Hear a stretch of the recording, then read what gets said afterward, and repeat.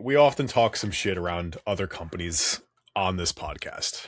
It's fair to say that we've helped build some pretty epic machines in our tenure of working with some other companies, right? Like, talk a little bit, but first, NCI, like your position there, what you did, the coaches, like how many people has that company that you're aware of / maybe even claim to help certify and grow? Like, talk a little bit about that backstory for a minute here.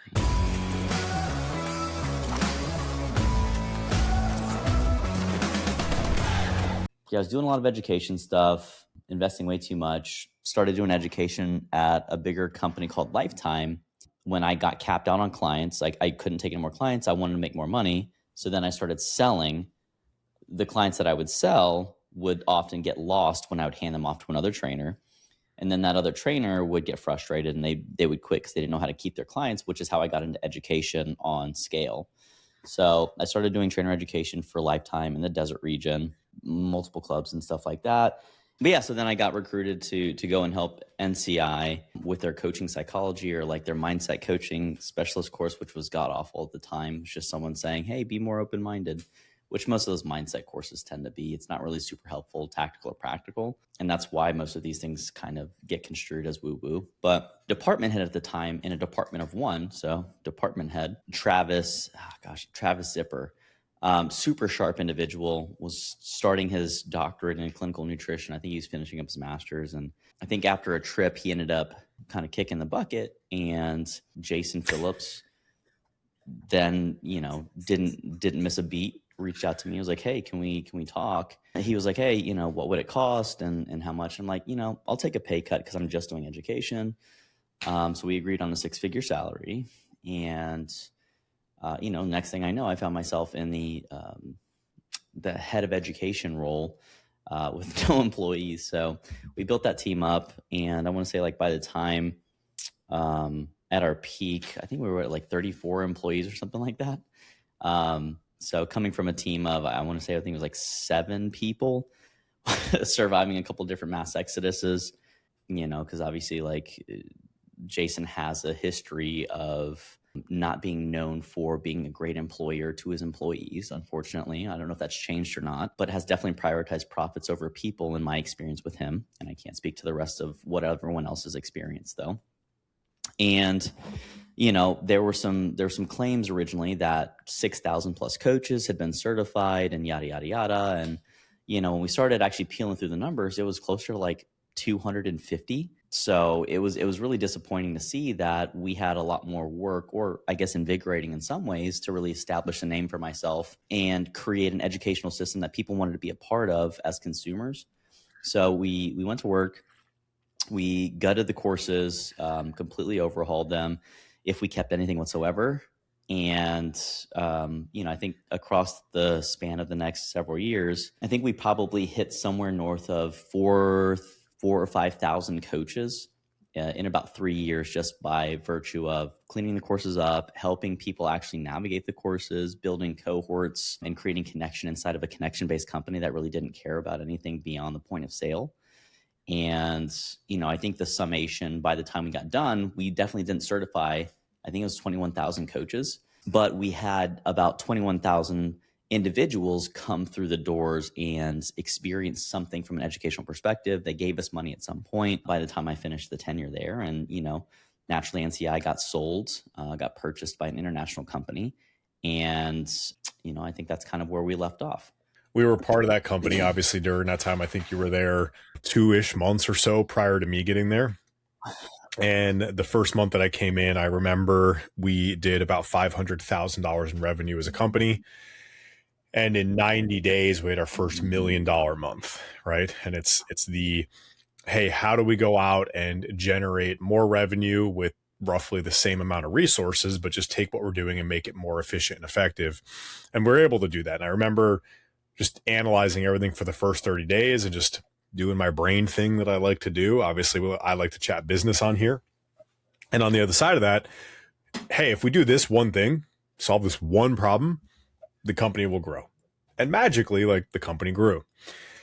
Now, I'm not here to like bash the numbers of it. It's just more of a statement of some of the work that we did, right? To your point, we were able to take that work that we did in our collective things, because you guys do not want like course structure and information from me. Like, I'm super happy I found Notebook LM today to now make all my videos for coursework. Like, that's my level of coursiness that I'm good with. That said, if you shove me in the middle of your business operations and everything, I can do my He's like Rain slight brain thing that I got, and like all of a sudden go like, oh, if we solve this one thing, we'll end up growing this business. And that's my jam, right? And it's about how do we get more out of what we currently have and kind of growth and scale accordingly. Now, certain things, expenses, whatever, we definitely got out over our skis, and we didn't make the wisest decisions. And I will say we collectively as a leadership team, and whatever, we can another episode point fingers here and there, but we're able to navigate this to go and get offered an exit of well over $50 million by a company involved with Alex and Layla Hermosi, and whatnot. Not literally their company, but a company involved with them. And, we had the fortune to be able to get on calls with them, get coached by them, and learn from them, right? And just understand more of what's going on in that world. So that was quite the ride. But now jumping back to your side of the house. So you were there longer than I was, and I definitely overstayed my welcome. I should have made that decision sooner, but I didn't. It was just kind of a level of some excuse of, oh, my team and all the stuff. I eventually became, I'll call it, not a great leader in that company, because my job was to align from a strategic perspective with the CEO of the company, and I did not do that, right? Whether I agreed with the CEO or not, I just didn't do it, and that's what my job was. Now, for you, I remember some key instances and like some of the data points, right?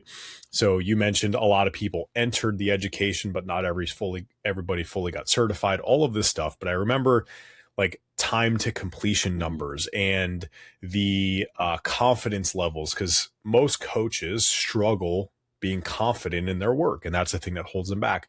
So talk a little bit about some of those findings that you had, some of the maybe changes that you made to help kind of combat those things, but more importantly, the outcomes you were able to create as it related to those numbers in the business. It's such a multifaceted thing. I think that one of the things I really liked to kind of just bring a previous rabbit trail and tie it into this, Lifetime had a really good mission statement that I really aligned with it and agreed with on a visceral level, and it was to be entertaining, educational, friendly, and inviting, functional, and innovative. Something about an uncompromising experience that meets the health and fitness needs of the whole family, right?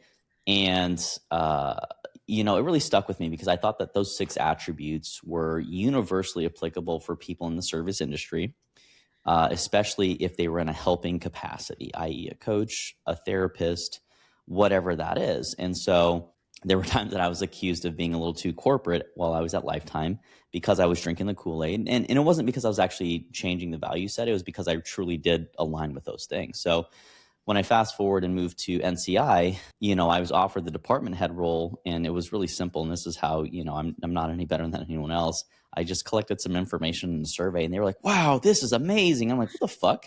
What's wrong with you? Like, what do you mean you don't have these feedback loops in place? Education is really just a function of what are you doing and what are you getting. And if no one's measuring, what they're getting and they're just doing, that creates the whole, to your terminology, Steve, entrepreneurial lead system or syndrome, excuse me. And, where people think more is better, but more of shit is still shit. So, I started to, and I've always kind of been a little bit of an elitist, a little bit recovering. But yeah, so I brought this idea and I was like, all right, well, how do we make things better? And the floor was so low that it was simple. I just created a Google form. I asked some questions about things that I thought we could action on, and one of the things that we know is, unfortunately, the truth is that the more confident someone is, the more likely they are to make themselves known. And that means that they're more willing to engage and enact and just jump into action. And so I started thinking, I was like, all right, well, I wonder how confident people are. And this is where, I think the first time we did a weekend seminar of like 150 plus people, definitely an overwhelming thing. And I just remember that one of my key memories is I'm on this call and Jason was like, yeah, we'll train on how to do it while we're going through it. I'll do half, and I'll do most of it and you'll do some of it. And then the guy dips out like halfway through day one, and I'm like, cool, love this onboarding. And so, I've had a handful of instances like that where it really made me want to care for people. And the idea that I was pitched was originally like, you did a great job, but I remember just getting on and wanting to learn that day. And I don't remember the exact time we were supposed to end, but let's say it was 3 p.m. The point isn't the exact time. I finally got off at like, say, 4:30, and you were still full steam ahead going. Like I'm still going, but there was one person who was just grinding your gears with questions.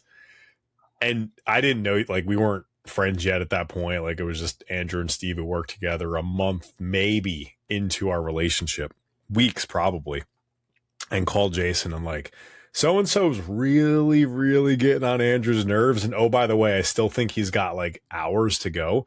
I think you literally ended that night at like 8 o'clock when it was supposed to be over at 3. And there was still a day 2 to go. Some version of that, like you went over by 3 to 5 hours. Yeah, that was before we rewrote a lot of it. That's funny. That was the second level one I think I taught. And, Jason was sick. And so I was like, fuck, I'm just going to go wild right now. And there were just so many different points of enrichment. And by the way, day 1 used to be the science component, which I think was drastically underserved to the community. And the adage, and I remember in the interview process when I was talking to Jason and the COO at the time was Michael Clifford, and they said like, hey, what do you think the most important thing is? And they wanted me to say application, but I was like, I think it's the education part. I think that's my favorite part. And they were like, oh, that's bullshit. That's terrible. No one fucking cares. That's a boring shit. And it made me think for a second. It was like, if it's so boring, why did Bill Nye the Science Guy have such a cult-like following? And I think that perspective was something else I carried. And you can kind of hear the values that go behind this of like connection, depth, elitism. And these are the things that I was like, all right, well, if we want to be better, we need to measure. How do we measure this? And literally just like event after event, experience after experience, course after course.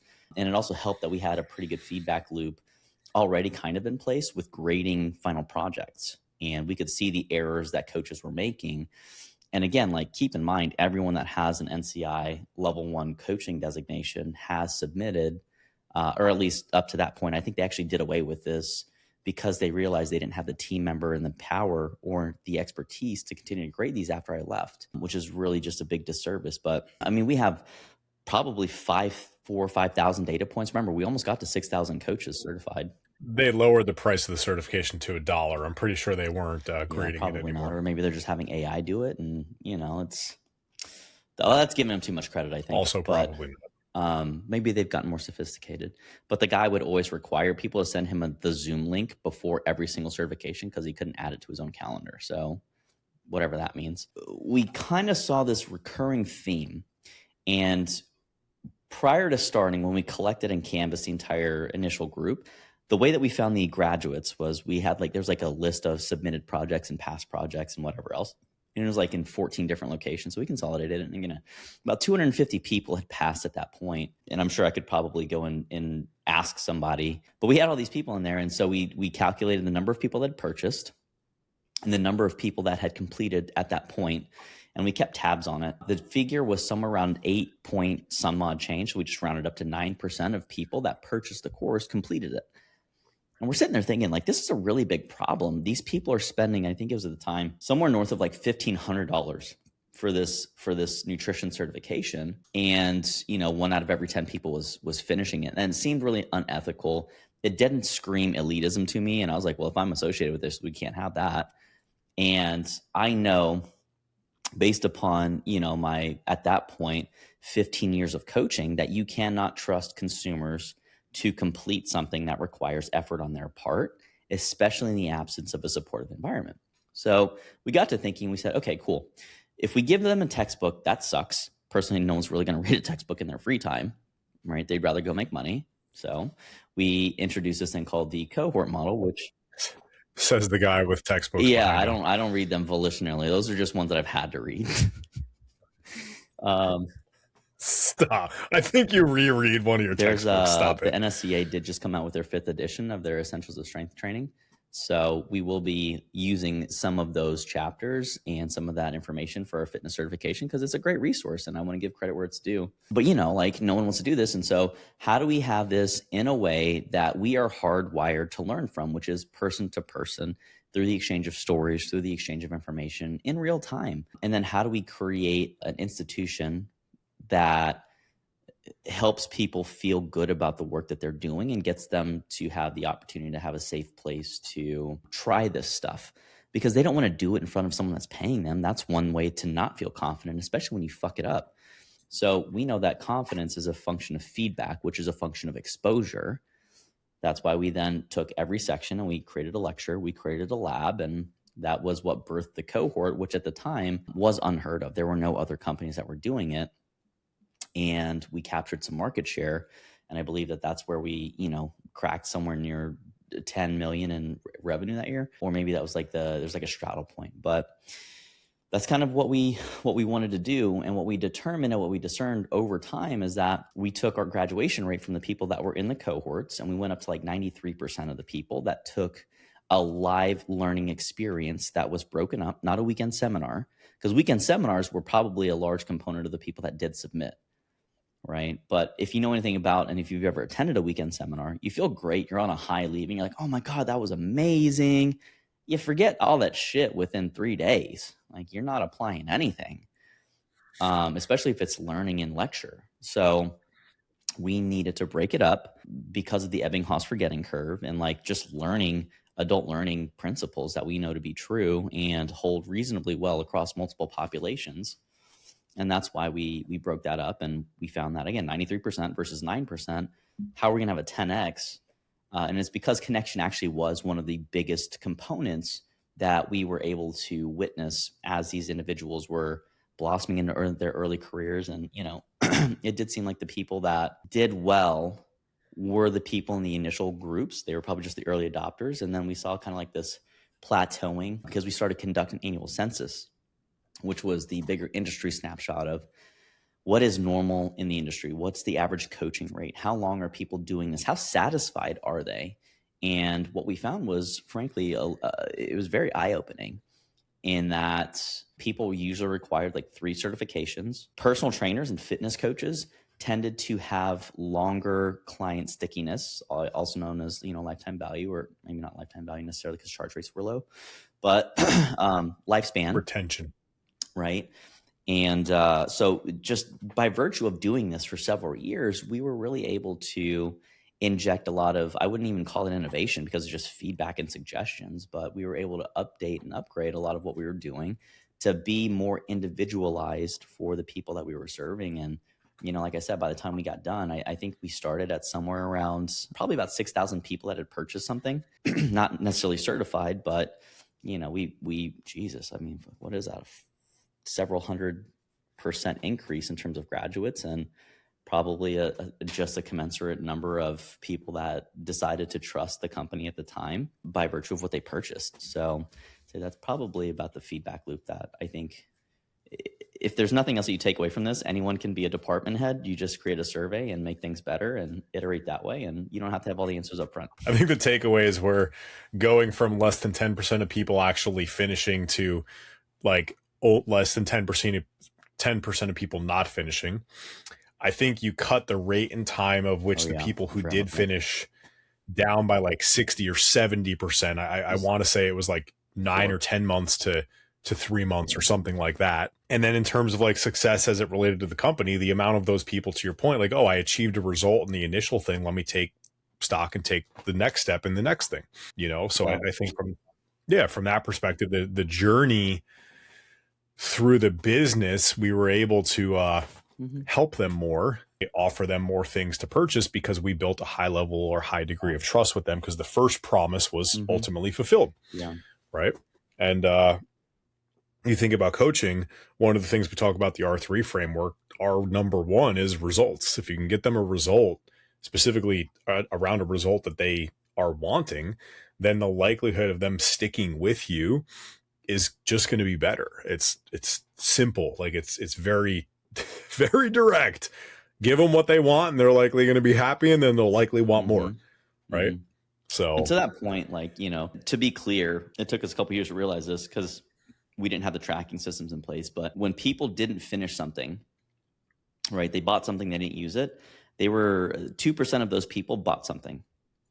That's bought something else. That's pretty bad, right? But then when we started driving graduations and we started actually caring about the outcomes and the throughput, so to speak, we saw that number jump to like 33, 34%, right? So you saw almost, significant amounts of more people were willing to purchase the next thing if they know that you actually care about the completion. So if there's nothing else, that's why I say good coaching is good business, because it's grounded in the education, the experiences, just the statistics that we've collected.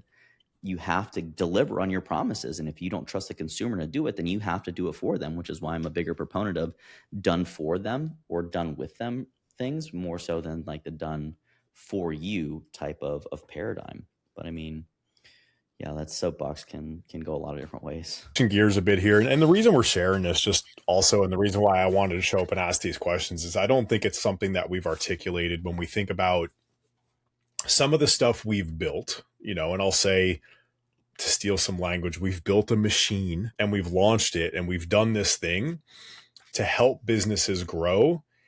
And we also made the active decision to no longer participate in that stuff for a very specific reason. Right. And that's where this is kind of going for me. Andrew, just FYI for you, so you know where I'm going here. Being that you had no say in what we were talking about today. And we'll get to that side of it in a minute. But, after my departure with NCI, I ended up working over with the team at Mind Pump. And the whole goal was to go out and grow and launch the Mind Pump fitness coaching course to their network. And it was an untapped revenue stream for them, right? It was, they sell fitness programs. They have sponsorships because of the size of their podcast to reach the audience. But there was a large population of people who were trainers and coaches and nutrition coaches and whatever, who had never been able to really buy something to fill and scratch that itch for them from Mind Pump because they just never put it together. So, hey, turned NCI into a $10 million a year business. And now why not launch this product for one of the biggest known fitness contributor influencer brands in the world, right? Really large podcast and all that stuff. And that journey, a fun journey, right? I mean, I built out an entire course. Again, don't trust me on courses, but I put a lot of time, effort, and energy. I actually asked you for some advice on this stuff too. And it was really about trying to put together that was something it was going to be structured around good coaching, good personal training, but also some of the business side of things, right? It was going to be both of those. And that was going to be truly a first in the industry where the certification itself would cover and encompass both of those things. And I remember always asking the question, like, hey, where are we going? Like this one thing is good, but like, once they get the result, where do we go after that? What's the next step? And it was always this conversation of multiple directions but also lack of alignment. And okay, cool. Mission at hand, task at hand. Let's do this thing. Let's go out and grow the thing. And dude, we launched, I don't remember specifically, but we did well over $500,000 at launch. I think in the first, we had a deal where if you were first 100 people, you got to come and participate in a Mind Pump day, like all these things. I think we did $100,000 in like 3 minutes. Like it was at launch, the code, like everything, a big 3-day webinar. But getting to that webinar was such a struggle. This team who is normally podcasting didn't want to do they wanted to do pre-recorded videos and just share that for people. And I remember guys, this isn't what you do. Like, why would we build this and leave it up to just let's play a video and hope people love this? And it was every ounce of the way was a struggle. We launched and we were all happy and things went well. We finally got, generally speaking, alignment on what was going to happen there. And listen, this isn't a my way is the best way, right? When it comes to business, especially the marketing and sales side of things, where I do tend to lean into more, I'll be the first to admit I have no idea. but I'll also be the first one to tell you what I will do is test different things and see which outcome is better. I recently had a client who's like, hey, our show rate on our calls is really, really poor, and we need to get that up. And I'm like, okay. And one suggestion was we should turn on billing for somebody to book a consultation. I was like, I hate the idea. I don't think it's going to go well. And I think the adverse reaction of how low our consultation bookings is going to be will outweigh the increase in show rate. Therefore, at the end of this, which is what we all care about, the amount of people that say yes and purchase from us will be lower. But I'm willing to be wrong. So let's test it. What happened after 2 weeks? Well, I wasn't wrong, but we tested. We proved it one way or the other, and that's fine because sometimes I will be wrong. I remember going down this road and it just turns into, cool, we launched this. How else can we make money from people? Was the question. And throughout the journey for like 9 months, I literally would prepare a monthly slide deck. And Andrew, you know me and preparing slide decks, right? If there's something that you're going to say, Steve loves to do, consistently does it, it's who he is, like at his core, all these things, you know what's not making that list? Preparing a slide deck. That's why we're such good friends. But I love them. Monthly slide deck, like all these, I would do all of that to try to create really good alignment.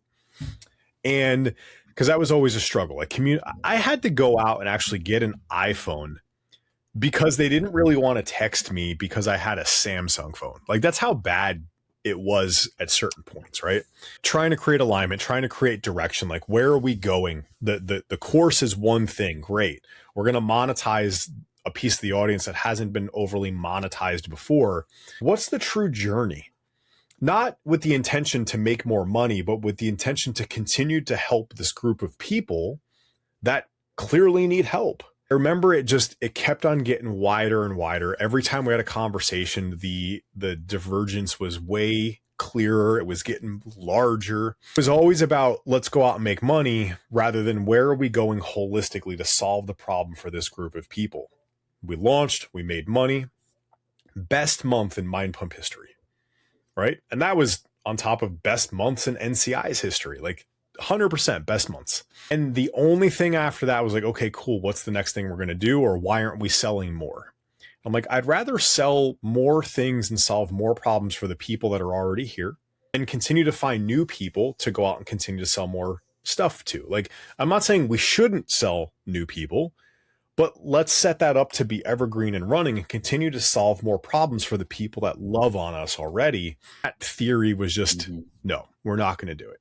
Eventually, it just became this massive, like, hey, this ain't working. Like from an ethical, what I wanted perspective, it wasn't the jam. And I remember calling you the day was the day that Mind Pump and I departed. We were having a conversation that was also around the same time that you had departed PI.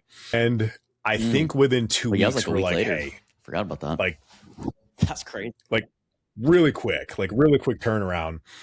And then, Beyond the Pump, the podcast was born. And now what on the back end is Health Coaching Success Academy and HICSA and everything is born. And we're going to get into what that is next episode down the future. But really want to talk about like the idea that, hey, here's the background of some of the cool things that we did. And if you don't know those companies, like none of this matters to you. Awesome. We help companies produce millions of dollars by selling coaches and trainers stuff, right? We looked at data, we inferred data and our strengths, and then we went and took action and it happened and the result was created.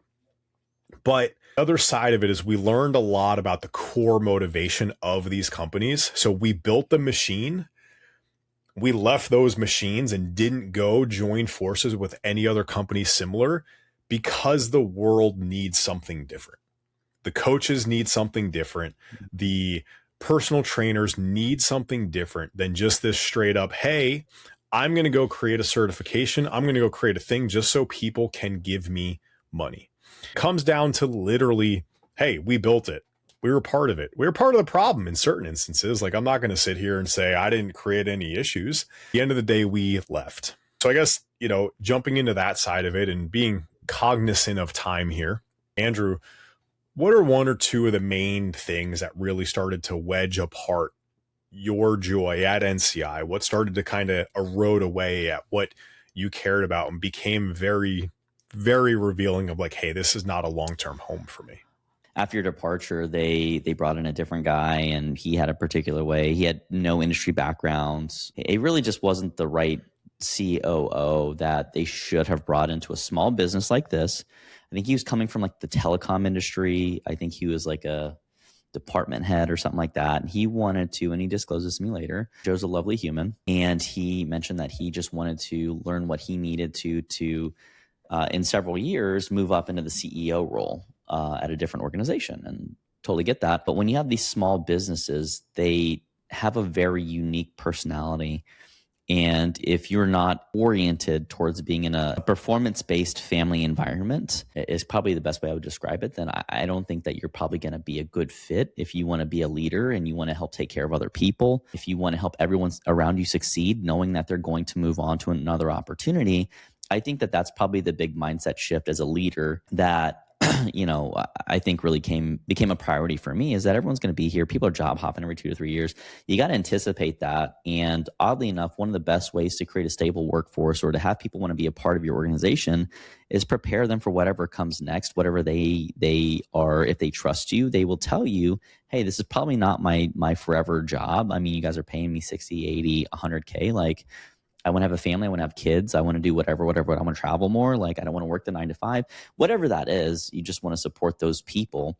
And you want to work in a place where people are going to advocate for you. If you don't have people to do that, which, when Steve was there at NCI, like he was a great partner. He was a great advocate. And then when Joe came in, like there was no one to advocate for me. I was getting other people pay raises. I had employees that were getting paid just as much as I was.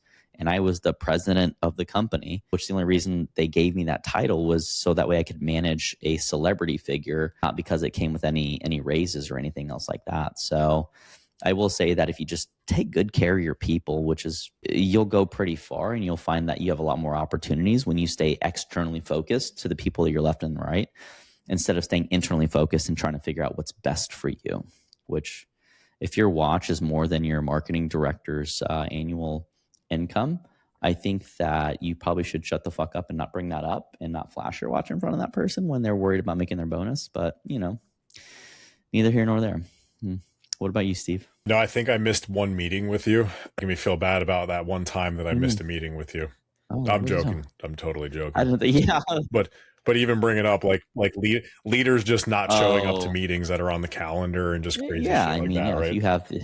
If you take the time and say you want to connect with somebody and you have a standing meeting, and out of the 70 instances you attend maybe 12 or 13, and that's usually when you're in crisis, that screams just not even maybe disrespect, just a callous disregard of that person's relationship. And I would say the relationship is probably, from a client perspective, from a consumer perspective, from a company perspective, that's going to be your biggest insulating factor from turnover and from having a lot of people leave. You have to care. Steve, yeah. I mean, I don't think he ever missed any meetings with you, but one of us made him money and one of us cost him money in his mind. Every time I was there, he's like, man, Andrew's going to fucking ask me to hire somebody. I'm like, I think there's so many good memories about both those experiences for me. Like even the big events that we were able to put on, like even the weekend learning that we did do out in St. Louis. And it's like, it was so fun. There was great connections. There was a lot. Like I do know we joke and just kind of bash some of these companies a bit and listen, at the end of the day, there isn't really any love lost between us and any of these companies,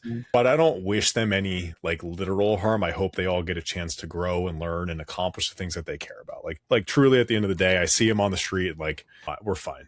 All right. No problem. I also think about it and it's like, why wouldn't I want to do that again? And the reasoning behind cost, the reasoning behind charging somebody or launching the product was always rooted in how can I make money? How can I restructure this thing to make it sound different or feel different than what was already existing? And I'm not saying that the products or the things like that were invented or created or pushed were bad.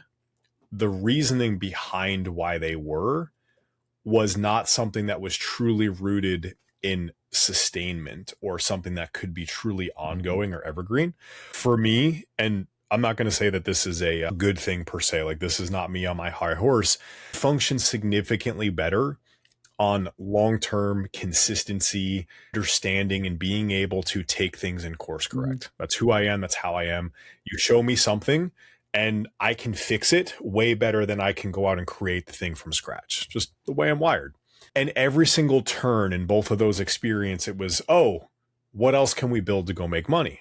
Versus me, and again, that person might make more money than me. I'm totally cool with that. General goal that I want to function from is, what problem can I solve for somebody that I can then monetize, and it makes sense for me to put the effort and the time and the energy into this to make it make sense. And that wasn't really the way that things were kind of construed or just always thought through.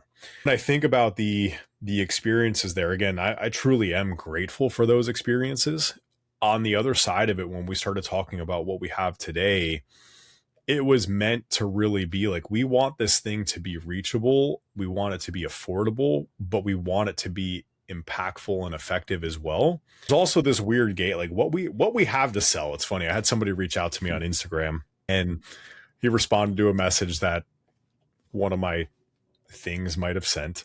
It's like, hey man, blah, blah, blah. Not looking to buy anything, like out of the gate, super defensive. And I'm like, no, like, you're totally good. Like, I hear you. The good thing is I'm not looking to sell anything. So if I'm not trying to sell anything and you're not trying to buy anything, it sounds like we can have a really good relationship. And he literally LOL'd me. And hold on, I'm going to read this word for word. Haha, I hear you, man. Not trying to sell you. And just to be as transparent as possible, the only thing I do sell to coaches is $97 because I'm tired of seeing everyone ripped off. Sends me an emoji smiley face back in response. He goes, yeah, I hired a coach last summer, 10K. Guy was real smart and has a great system, but not sure worth 10K. Smart, great system. Not sure it's worth it though. All right. But I must say, helped me on track with a huge ticket offer. Problem is working so much, hard to do everything. Thing that we see all the time. That's always the issue I find with coaches. The business turns into a feed the beast business without a great end in sight, right? It's like, I understand. I mean, it was a good info, blah, blah, blah. I'm like, that's great awareness, man. I'd be willing to bet if you dug in, you'd be able to get more return on it. Knowledge and systems are great. Got to take action. Yes, I agree, blah, blah, blah. Well, I created LinkedIn, reworded my handle. I'm not convinced ads are the best. This guy says no ads, LOL.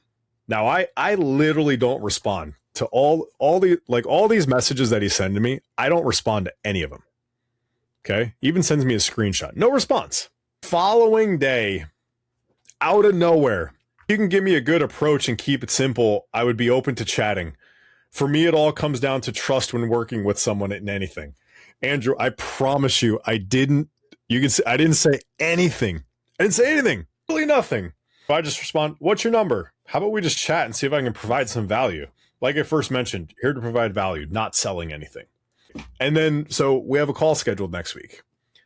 But like for me, it truly comes from trying to provide value. And oh, by the way, if I was to sell you something, it's $97. And that was the spin that we really aligned on, that we want to be able to provide a lot of value at something that's accessible. There is one gate though. We're not here to hold your hand, and you have to get the work done. So that is the one gate, but we will give you tools and knowledge and teach you principles and all the things. And everywhere else is tactics and quick fixes and flash in the pans and scholarships and all of this stuff, which, listen, they work when they work, but they don't when they don't. And these companies that charge you 5 and 10 and 25K for shit almost keep you attached to them because of what they teach you. And it's not the best way forward. It doesn't make you somebody who's capable of going out and running a business. It doesn't make you capable of making true, really good decisions with your clients to help them achieve an outcome. It doesn't make you capable of anything other than just following A, B, C, D, E, F. And then when it doesn't work, you got to find the next best thing. And that was the biggest thing. And on that, it was really, we built some crazy shit, but we also know that's not what we want to build.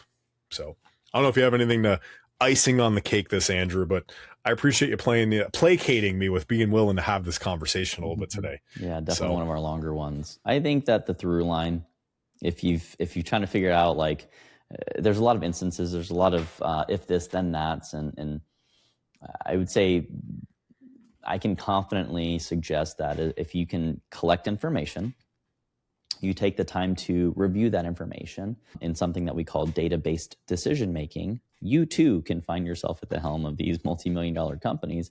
It's really not that hard to be in a role of influence. You have more information than the people that you are there to inform. Same thing with teaching. Same thing with consulting these companies, marketing. That's the through line. It doesn't matter what industry you're in, where you are, what organization it is. Your ability to collect information and assimilate that into meaningful, progressive, forward-looking actions, behavior, strategies, and plans. I think that that's really the commonality that Steve and I both have, just in our different verticals of historical experience and context. So, well, yeah, we appreciate you guys being here. I mean, we've been doing this shit for almost 2 years now, and we've learned some of our own lessons having, embarked on this wonderful journey with Beyond the Pump and the Health Coaching Success Academy. And, we're looking forward to seeing what the next, year, 2 years, however long we get to engage in this game with you for. So if you appreciate this, and you've gotten something from this episode, it'd be super cool to hear in the comments what you took away that's going to allow you to move into whatever position that you're trying to grow towards right now. Appreciate you hanging out today. Hopefully that sheds a little bit more light on who we are, what we're doing here. Here to sell you anything. We're here to give you some information. If you so happen to need something that our $97 thing can solve, awesome. Super cheap. Hopefully it makes sense. If it doesn't, also, we're here just to give you some value.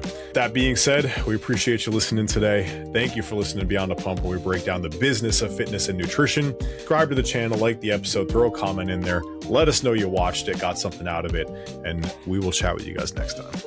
Peace.